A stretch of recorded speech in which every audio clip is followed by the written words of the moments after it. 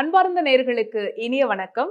ஜோதிடம் குறித்தான ஆழமான கருத்துக்களை மிகவும் சுவாரஸ்யமாகவும் ஆதிகால பரிகார முறைகளை நம்முடன் பகிர்ந்து கொள்வதற்காகவும் இணைந்திருக்கிறார் பாரம்பரிய திருவள்ளுவர் குல வம்ச ஜோதிடர் டாக்டர் சுப மாரிமுத்து ஐயா அவர்கள். அவரை நிகழ்ச்சிக்கு வரவேற்றலாம். ஐயா வணக்கம், எப்படி இருக்கீங்க? வணக்கங்கம்மா, நல்லா இருக்கிறேங்கம்மா. நீங்க நல்லா இருக்கீங்க? நல்லா இருக்கேன் ஐயா. ரொம்ப சந்தோஷங்கம்மா. சொல்லுங்கம்மா. நம்ம இந்த 7.5 சனி வராங்க இல்ல அஷ்டமத்து சனியில இருக்கோம் அப்படின்னாலே எல்லாருக்கும் ஒரு பயம் வருது. என்ன ஏதாவது பண விரயம் ஆகும், இல்லைன்னா ஏதாவது ஒரு விபத்து நடக்கும், இல்லைன்னா ஏதாவது ஒரு விரயம் ஆயிட்டே இருக்கும். மெயினா வந்து விரயம் ஆகும் அப்படின்னு சொல்லுவாங்க. இந்த மாதிரி பயம்லாம் இருக்கு. இந்த பயம் வந்து தேவையா? ஒருவேளை அப்படி அந்த பயம் இருந்தது அப்படின்னா அதுல இருந்து நம்ம விடுபட்டு அந்த 7.5 சனியை பாதுகாப்பா கடந்துடணும் அப்படின்னா எங்களுக்கு ஆதிகால பரிகாரம் ஏதாவது சொல்லுங்க. இப்போ என்னன்னா, எல்லாத்துக்கும் ஒரு பிடித்தமான விஷயம் என்னன்னாங்கம்மா, இந்த 7.5 சனிங்கிறது முதல்ல யார் அனுபவிச்சாங்கன்னு தெரியணும் இல்லைங்களா? ஆமா, நல மகாராஜா தான் அனுபவிச்சாரு. முதல்ல அவருக்கு தான் அந்த 7.5 சனி ரொம்ப தாக்கம். ஏன்னா அவரு நாட்டுக்கே ராஜா. ஆமா, அவருக்கு ஒரு குடும்ப ஜோசியர் இருந்திருக்காரு.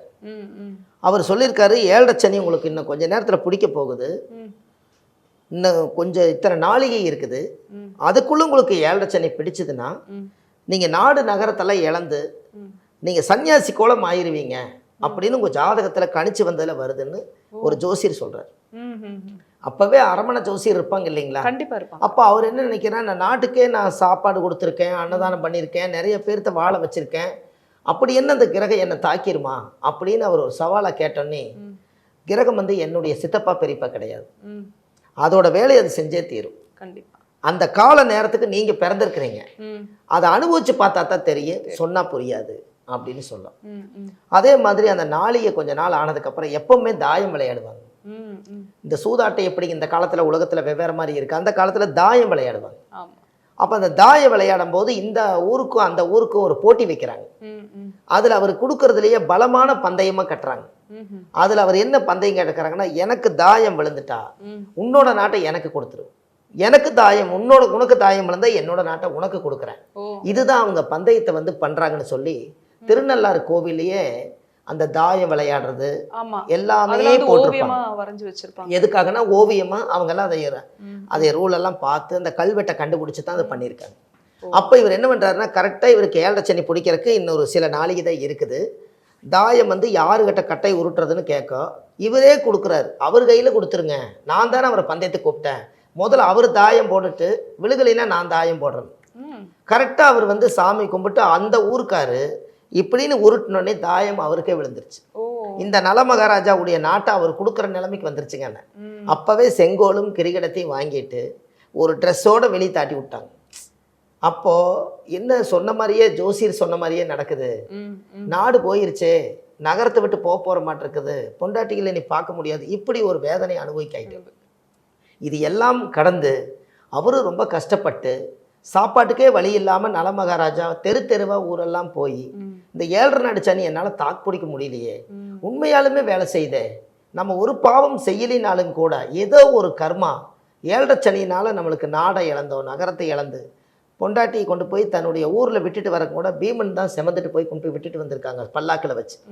அப்படி விட்டுட்டு வரதெல்லாம் அதில் சுற்றி வர கோவிலில் போட்டிருப்பாங்க. கடைசியில் யாருக்குமே வந்து இல்லாமல் ஒரு தலைமறைவாயிருவார். அதுக்கப்புறம் துணி அழுக்கா இருக்குதுன்னு சொல்லி துணியும் இல்லாமல் ஒரு செடியை வளைச்சி கட்டிட்டு வருவாங்க, அதையும் ஆடுதிங்க வரும். ஒரு கோமணமாட்ட ஒன்று கட்டிட்டு வருவாங்க, அது கொக்கு உருவிட்டு போயிடும். அவமானத்தை தாங்க முடியாமல் நல மகாராஜா அவ்வளோ ஒரு வேதனை அனுபவிச்சார். இதுக்கு ஒரு தீர்வே இல்லையான்னு சரியா 7.5 வருஷம் அந்த 7.5 வருஷம் ஒரு ஜெல்லா அவர் அனுபவிச்சதுனால தான் இன்னைக்கு அந்த 7.5 நாடு சனிக்கு உண்டான கதையா அங்கே எல்லாம் எழுதி வச்சிருக்காங்க. நான் ராஜாவா இருந்து நான் இவ்வளோ கஷ்டப்பட்டேன் அப்படின்னு.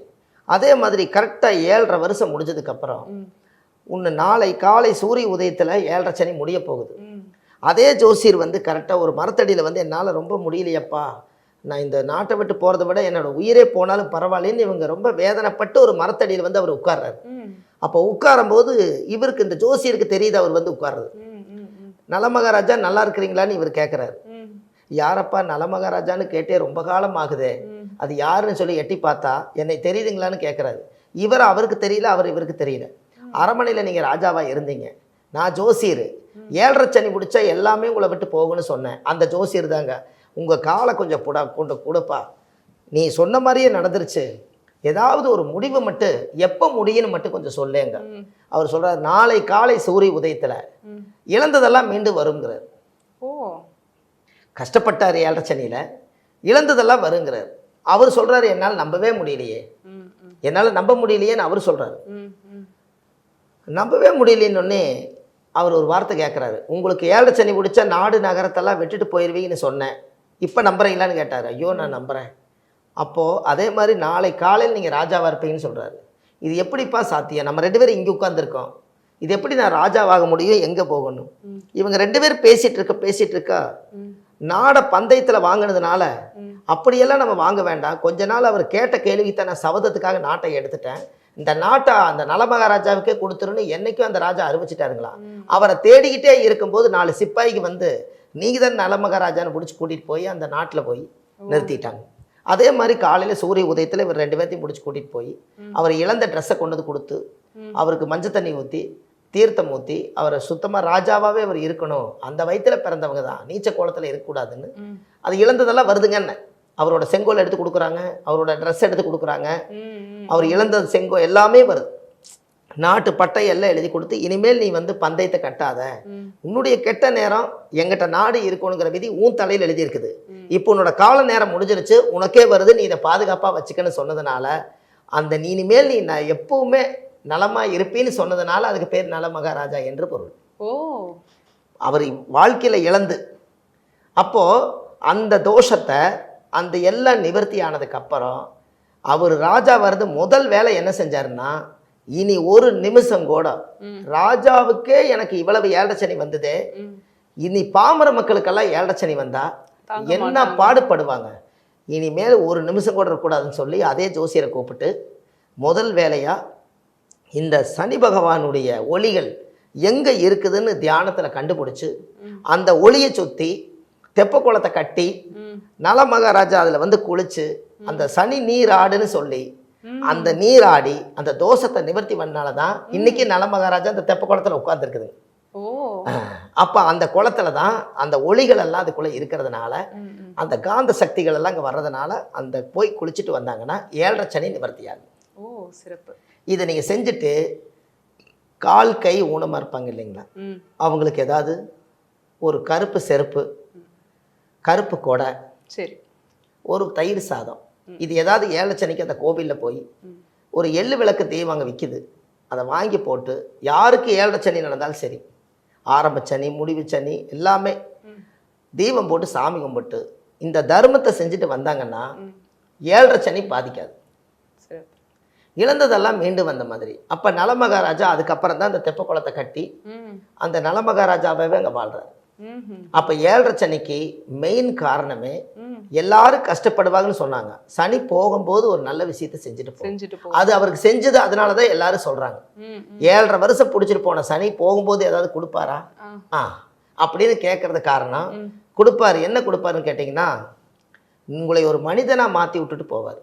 அந்த 7.5 வருஷம் கஷ்டப்பட்டுட்டு இனிமேல் காசை இறுக்கி வச்சு வாழணும், பொண்டாட்டியை நம்ம கைவிட்டக்கூடாது, பிள்ளைகளை நம்ம கைவிட்டக்கூடாது, சொத்தை கைவிட்டக்கூடாது, இனிமேல் நம்ம வேக்கானமாக பிழைக்கணும். ஒரு சாட்டு சனி வந்துச்சுன்னா எல்லாமே உதறிடுவோமே, இந்த சமுதாயத்தில் நம்ம நல்லா வாழ முடியாதுன்னு உணர்த்தி பக்குவம் வந்து மெச்சூரிட்டி ஆகி அந்த ஒரு தோரணைக்கு வந்து இனிமேல் நம்ம வந்து ஆன்மீக பக்தியோட பாவங்கள் செய்யாமல் வாழணுங்கிறதுக்காக வந்ததான் 7.5 நாட்டு சனி. இந்த 7.5ங்கிறது எங்க வந்துச்சுன்னு கேட்டீங்கன்னா, ஒரு ராசியில ஆரம்பிக்கும் போது 2.5, சரி, அது ராசி ஒன்று சென்ட்ரல் இருக்கும், அது 5, அது முடிக்கிறது ஒன்று இன்னொரு கட்டம், ஒரு ராசிக்கு 2.5. அப்போ 12 ராசிக்கு 12 எவ்வளவுங்க, 12 2 30, 12 2 24, 12 6, 30 வருஷம் ஒரு மனிதன் கடந்து வந்துட்டா ஒரு சுத்து 7.5 சனி கடந்துடுறாங்க. அதனால 30 வயசுக்குள்ள ஒருத்தருக்கு 7.5 சனி வந்தே தீரும். கண்டிப்பா 30லேருந்து 60 வயசுக்குள்ள ஒருத்தருக்கு 7.5 சனி வரும், 60லேருந்து 90க்குள்ள ஒருத்தருக்கு வரும், 90லேருந்து 120 வருஷம்.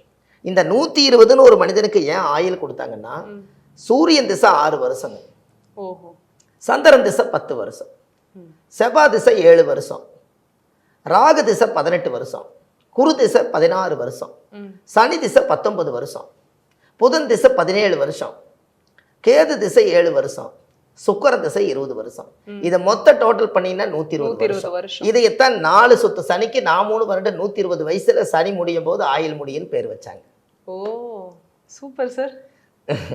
சிறப்பு. என்னங்க, அதுதான் அந்த விஷயம். அதான் ஜென்ம ராமர் வனத்திலே சீதை சிறை வைத்ததும், தீதலாதொரு 3 துரியோதனன் படைமாண்டதும், இன்மை 8 வாலிப பட்டம் இழந்து போனதும், ஈசனா ரூபத்திலே தலையோட்டில் பிச்சை எடுத்ததும், தர்மபுத்திர நாளிலே வனவேசப்படி போனதும், சத்தியமாமுனியாற்றிலே யானை காலை தலைவிழ்ந்ததும், உண்மையுற்றிட ராவணன் முடி பண்ணி போர்க்களமாயி எல்லாம் முடிச்சு தான் கடைசியில வந்து எல்லாத்தையும் கைப்பற்றியிருக்காங்க.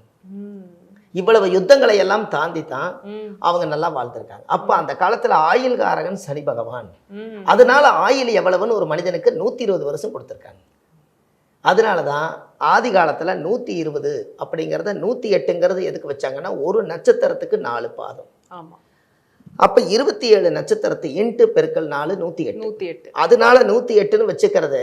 இந்த ஆயுள் மரண பயம் வரும்போது 108 சத்தம் போட்டு போகுது இல்லைங்களா? அதனால இந்த 108வது நட்சத்திரத்தினுடைய பாதம் தான் 108. அதனால லாஸ்ட் எண்டு. ஒரு மனிதனுடைய ஆயுள் வந்து 120. இந்த 120 வருஷத்துக்குள்ள 4 சுத்து 7.5 சனியை எல்லா மனிதனும் பூர்ண ஆயுளோட வாழ்ந்தா 4 7.5 சனி சந்திச்சே தீரும்.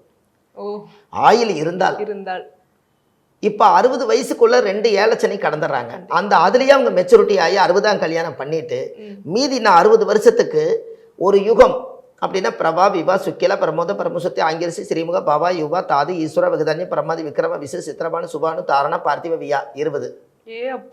சர்வஜித்து சர்வதாரி விரோதி விக்ரதி கரா நந்தனா விஜயா ஜயா மன்மத துன்மிகி கேர்விளம்பி விளம்பி விகாரி சார்வரி பிளவ சுபகரு சோகரு குரோதி விசாசு பரமவ 40. பிளவங்க கீழக சௌமியா சாதாரண விரோதிகிறது பரிதாவி பிரமாதிச்ச ஆனந்த ராஜஸ் நலா பிங்கள காளையத்தி சித்தாத்தி ரௌதிரி துன்மதி துந்துபி ருத்ரகார அத்தாச்சா குரோதன அச்சயா 60.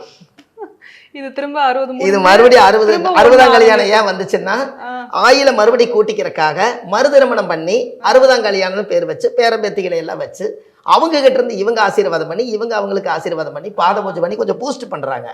இம்மா நீங்க தம்பதி சகதமா வாழ்த்துற அளவுக்கு தகுதி ஆயிட்டீங்க, ஆனா மருதாளி கட்டி வாழுங்க அப்படின்னு வந்ததே 60. இதுதான் நிறைய கதை சொன்னாலும் இதுதான் சயின்ஸே வருது பாருங்க.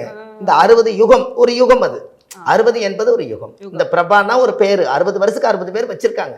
இந்த 60ஐயும் ஒரு மனிதன் ஒரு வருஷத்துக்கே 360 ஒரு நாளை கிடக்கிறதே பெருசுங்கிறீங்க. 60 வருஷத்துக்கு ஒரு 6 3 18 அதுலயே 18,000 நாள் வந்துருச்சு. 6 6 36 3600 நாள். அப்ப இங்க ஒரு 18 அங்க ஒரு 6 கிட்டத்தட்ட எத்தனையோ நாட்கள் வந்து கலந்தா தான் 60 வருஷத்தை வர முடியும். கரெக்ட். இங்க நம்ம 24 மணி நேரத்தை பாஸ் பண்றதுக்கே எத்தனை டென்ஷனுங்க. அப்ப 60 வருஷம் வரைக்கும் அவர் பொறுமையா பொண்டாட்டியும் விடாம பிள்ளைகளையும் விடாம 2 பேர்த்தையும் உட்கார வைக்கிறாங்கன்னா 60ஆம் கல்யாணத்துக்கு உண்மையாலுமே அவங்க 2 பேர்த்துக்கு நல்ல திருமண பொருத்தம் இருக்குது இல்லைங்க. கண்டிப்பா. எனக்கு திரு அப்படிங்கிறது ராஜராஜ சோழன்கள் அந்த காலத்துல கொடுத்த திரு மன பொருத்தம் தான் அவங்க வாழ்க்கையில கடைசி வரைக்கும் இருக்கு. இந்த மனம் பிடிச்சிருச்சுன்னா 120 வயசு வரைக்கும் கூட உடன்கட்ட போக வரைக்கும் வாழலாங்கிறதா மன பொருத்தத்தை தான் திருமண பொருத்தம் பேர் வச்சாங்க. அந்த திருங்கிறது வந்து உயர் திரு, திருச்செந்தூர், திருப்பரங்குன்றம், திரு தனி, இதெல்லாம் இந்த திருங்கிறது வந்து ஒரு காலத்துல ராஜராஜ சோழன் உயர் திருன்னு பத்திரிகையில் எழுதி கொடுத்தது. அதனால இந்த திருன்னு வந்துச்சு. அதுக்கு முன்னாடி எல்லாமே பாத்தீங்கன்னா அந்த திரு இல்லாமத்தான் இருந்தது. அப்ப மன பொருத்தம் தான். நீங்க இங்கிருந்து ஒரு கல் இருக்கும் ஒரு எல்லையில, இந்த கல்லுல இருந்து அந்த கல் வரைக்கும் ஒரு பொண்ணு மாப்பிள்ளைக்கும் பிடிச்சிச்சுன்னா பெத்தவங்க எல்லாரும் சேர்ந்து அந்த கல் வரைக்கும் போவாங்க. போற வழியில வழி சகனம் நல்லா இருந்துச்சுன்னா இந்த வாழ்க்கையை அப்படியே கையப்பொடின்னு சொல்லி தாலி கட்டி விட்டுருவாங்க. அவ்வளவுதான். இதை திருமண பொருத்தம். அப்படி ஏதாவது சகனம் சரியில்லை, பாம்பு குறுக்க போகுது, பானை எதுக்கு வருது, ஏதாவது இது மாதிரி எல்லாம் வருது அப்படின்னு தெரிஞ்சதுன்னா சகனமே சரியில்லையே, இயற்கையே காமிச்சு கொடுக்குது, போங்க 48 நாளுக்கு அப்புறம் நல்ல சகனம் வரதா பார்த்துக்கலாம், இப்போ பொருத்தமில்லைன்னு சொல்லிடுவாங்க. இதான் அப்போ பார்த்தாங்க. தடவழி பார்த்தா கல்யாணம் பண்ணாங்க. அதுக்கு பேரே தடவழி. ஒரு எல்லையிலிருந்து ஒரு எல்லைக்கு போவாங்க. இயற்கை காமிச்சு கொடுக்கணும். இதுதான் பொருத்தம். இப்படி எல்லாம் 7.5 சனின்னு நீங்க கேட்டதுனால ஆமாங்க, இதெல்லாம் சுவாரஸ்யமான வார்த்தைகள் மக்களுக்கு போய் சேரட்டுங்க. ஏன்னா நலமகாராஜா பட்ட கஷ்டத்துக்கு அதே கஷ்டத்தை நம்ம தெரிஞ்சு நம்ம அனுபவிக்காம இருக்கிறத தக்க வச்சுக்கலாம் இல்லைங்களா? இப்ப நம்ம பேர்ல ஒரு 7.5 சனி வந்து எல்லாம் விரைமா போகுதுன்னு நம்ம பொண்டாட்டி பேர்ல மாத்தி வச்சுக்கலாம். நம்ம எதுவுமே இல்லாத மாதிரி ஆயிரும் இல்ல. நம்ம பேர்ல வீடு வாங்க வேண்டாம், நம்ம பேர்ல வண்டி வாங்க வேண்டாம், நம்ம பேர்ல எதுவுமே இல்லாம நான் ஒரு சன்னியாசிங்கிற மாதிரி தம்பதி சகதமா இருந்துட்டும் கூட சொத்து வத்து எதுவும் இல்லாம இருந்த சாதாரண மனிதன் என்ன இருக்குது, எடுத்துட்டு போறக்கு ஒண்ணும் இல்லை, உயிர் தான் இருக்குது, அவ்வளவுதான் 7.5 சனி. அதனால பாதிக்கவே வேண்டாம். இது இந்த பரிகாரத்தை ஆதிகால பரிகாரத்தை செஞ்சாலே போதும். சிறப்பு சார். சூப்பர். ஏன்னா அந்த சுய ஜாதகம் பார்க்கும்போது இன்னும் நம்மளால துல்லியமா ஆமா இன்னாருக்கு இந்த பரிகாரம் பண்ணா இன்னும் அந்த எங்க கிட்ட ஒரு டைம் தாங்க ஜாதகம் பார்க்க வரணும், 2ஆம் டைம் நீங்க வராதீன்றவா. ஆரம்பத்திலேயே எல்லாமே திருத்தி கர்மாவை எல்லாம் உடைச்சு கொடுத்துருவாங்க. கர்மா குறையாதுங்கிறாங்க. குறையாதுங்கிறதுக்கு எங்க குறை இருக்குதுன்னு கண்டுபிடிக்கிறோம்ல. ஆமா கர்மா குறையாதுன்னு சொன்னா நீ எத்தனை பாவங்கள் பண்ணியிருந்தாலும் அத்தனை பாவத்துக்கு ஆண்டவன் கோயிலை கட்டி வச்சிருக்கான். அந்தந்த கோயிலுக்கு போய் தீக்கலின்னா விதியே உனக்கு அதுதான் முடிச்சுக்கலாம். ஆனா கோயிலுக்கே போகாம பரிகார நிவர்த்தி ஆகாதெல்லாம் அதான் பயன். அது உடைச்சு கொடுத்துட்டா அவங்க கடமை அவங்க நீங்க எவ்வளவு பாவங்கள் 7 தலைமுறையுடைய பாவங்களும் உன்னோட ஜாதகத்துல தான் இருக்குது. அத்தனை பாவம் ஒரே ஜாதகத்துல தான் கனெக்ட் பண்ணுது. உங்களை கேட்டா அப்பாவை எப்படி, அப்பா கேட்டா தாத்தா, அவரை கேட்டா அவரோட மூதாதிகள். ஆமா அந்த ஜாதகம் பார்க்கும்போது ஏற்கனவே என்ன நடந்ததுன்னு தெரியும். இனிமே இது உடைக்கலன்னா என்ன நடக்க போகுது, நடந்த கதையே அவங்களுக்கு ஏற்கனவே தெரியுங்க.